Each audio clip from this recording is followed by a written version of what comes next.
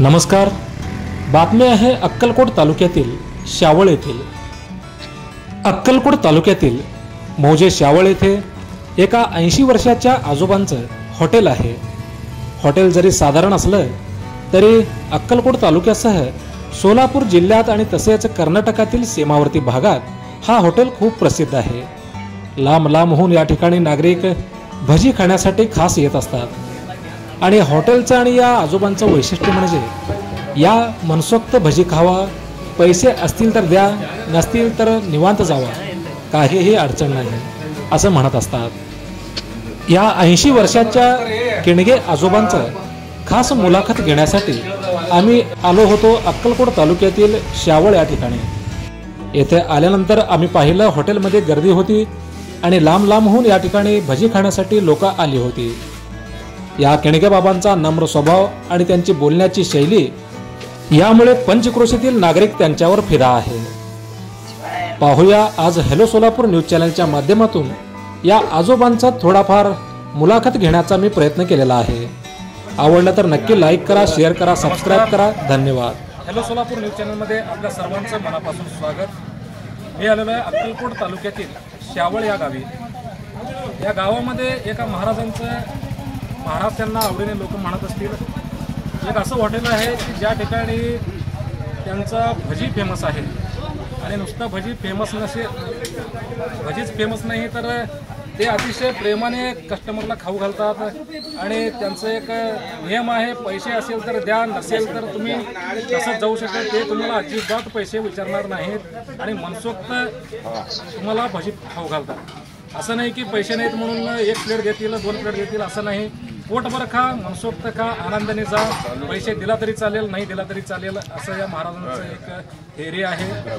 या थेअरीमुळेच आजोबा या पंचक्रोशीसह अक्कलकोट तालुक्यासह सोलापूर जिल्ह्यात होता आणि कर्नाटकच्या काही भागात सुद्धा हे आजोबा प्रसिद्ध झालेले आहेत.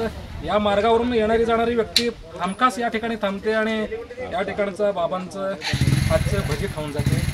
तर माझ्यासोबत आहेत बाबा. वय आहे 80 ते 85 वर्ष आहे. बाबा तुमचं नाव काय? माझं नाव सुपाल लक्ष्मण किणगे. सुपाल लक्ष्मण किणगे. वय किती आहे आता तुमचं? वय 75 76 पर्यंत आहे. अंदाज त्यांना नाही पण अंदाजे 75-80च्या आसपास असेल त्यांचं वय आहे.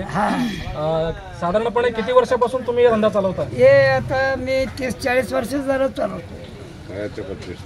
30 ते 40 वर्षापासून तुम्ही हॉटेलचा व्यवसाय करता. आणि हे फुकट भजी जे लोक खाऊन जातात किंवा तुमचा जो हा समाजसेवी उपक्रम आहे हे किती वर्षापासून चालू आहे? हे आहे एक 10-15 वर्ष झालं, तसंच 10-20 वर्ष झालं चाललेलं आहे. तसं चाललेलं आहे. तर दर्शक हो, जवळपास 15 ते 20 वर्षापासून हा समाजसेवेचा उपक्रम या आजोबाने चालू केलेला आहे. कुणीही या मनसोक्त भजी खा, पैसे असेल तर द्या, नसेल तर देऊ नका. आजोबा तुमचं फॅमिली बॅकग्राऊंड काय? 2 मुलं आहेत, 2 मुली आहेत. हाय भगवंता चांगला आहे, तुमच्या पुण्याने आनंद ठेवले भगवंता. बस एवढं सेवा करत चाललो. अगोदर मी या गावात सगळ्यांच्या घरात जेवण करून मी जगलेला माणूस आहे. 10 वर्षाचा होतो, माझे आई वडील वारले होते.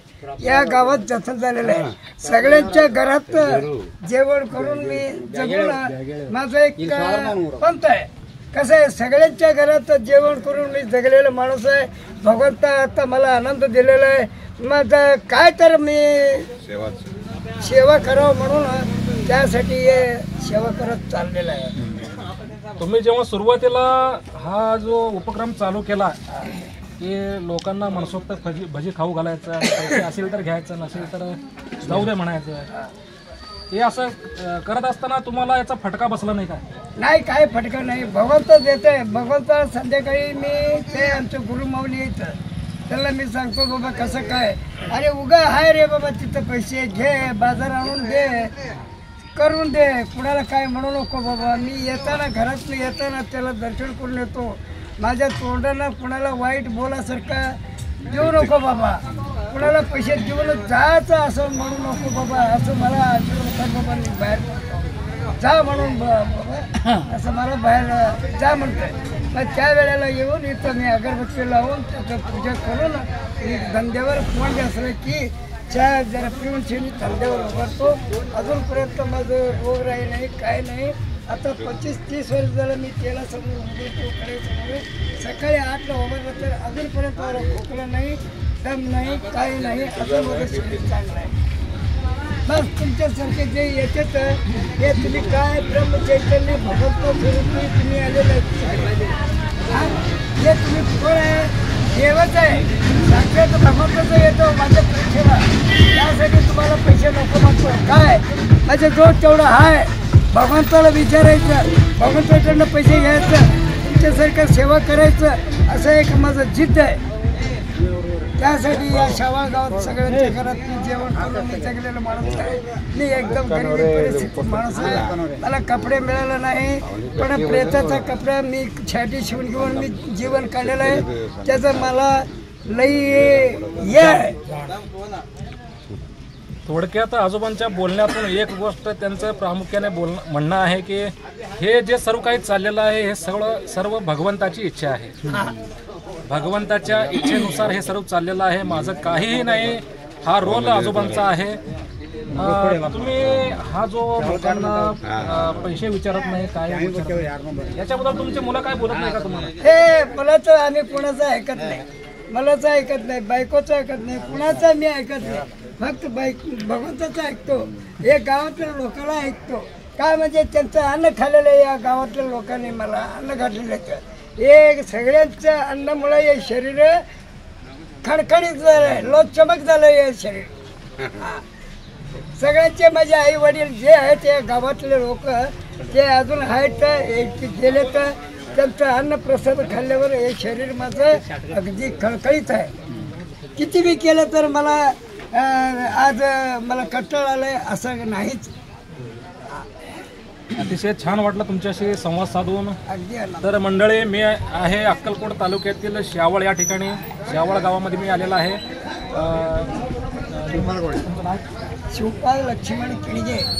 शिवपाल लक्ष्मण किणगे आजोबा. या किणगे आजोबांचं हॉटेल या चौकातच आहे, शावळच्या मेन चौकात आहे. सहज जरी तुम्ही कधी चुकून या मार्गावरून जात असाल तर या ठिकाणी अवश्य आपण भेट द्यावा आणि या ठिकाणी या आजोबांच्या हॉटेलच्या भजींचा आस्वाद अवश्य घ्यावा ही नम्र विनंती. आपण पाहत आहात हॅलो सोलापूर न्यूज. धन्यवाद.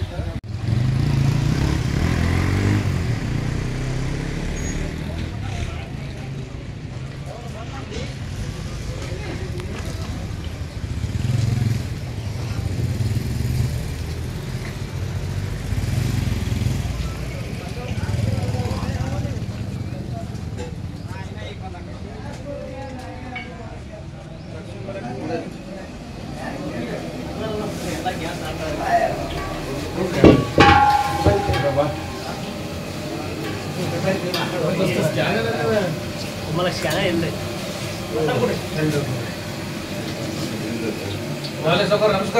नमस्कार. माझे बाणगाव सर मोडे खेळ